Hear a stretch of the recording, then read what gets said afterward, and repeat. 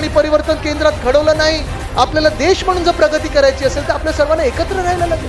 जात पात धर्म सगळ्यांना एक भारत म्हणून यायला लागेल, एकत्र एक इंडिया म्हणून एकत्र यायला लागेल आणि तरच आपण आपल्या स्वप्नातला देश बनवू शकू.